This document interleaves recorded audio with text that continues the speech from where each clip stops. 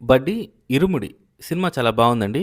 చాలా రోజుల తర్వాత 'రవితేజ'ని ఒక అల్లరి చేసే ఎనర్జిటిక్ క్యారెక్టర్‌లో చూసాం. సినిమా మొత్తానికి పాటలు చాలా బావున్నాయి. థియేటరు ఇట్ట లేస్తుంది అయ్యప్ప పాటలొచ్చినప్పుడు. Cinematography, music, editing, art, performance, casting ఇవన్నీ కూడా చాలా బాగా పర్ఫెక్ట్‌గా కుదిరినియి అనిపిచ్చింది.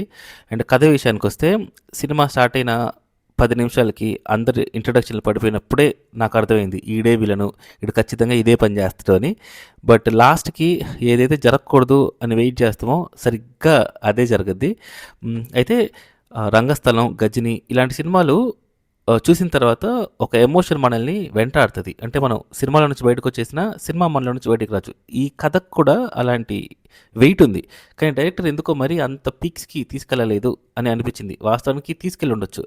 టోటల్‌గా అయితే ఆ భయం, ఆ తర్వాత ఏం జరగద్దో, ఎవరికేం జరగద్దో అనే ఒక ఇన్‌క్విజిటివ్‌నెస్ ఇది టోటల్ సినిమా అంతా క్యారీ చేశాడు. డైరెక్టర్ చేశాడు, హీరో చేశాడు, అక్కడున్న ఆర్టిస్టులన్నీ చాలా బాగా పెర్ఫార్మ్ చేసినాయి. అండ్ ఒక స్నేహితుడు, ఒక కూతురు, ఒక ఎమ్మెల్యే, తర్వాత ప్రాణంగా ప్రేమించే ఒక ఇంటి మనిషి. ఈళ్ళందరి మధ్యలో ఒక చిన్న కథ, ఒక ఊర్లో జరిగే చిన్న కథ 'ఇరుముడి'. తప్పకుండా చూడండి. సినిమా చాలా బావుంది.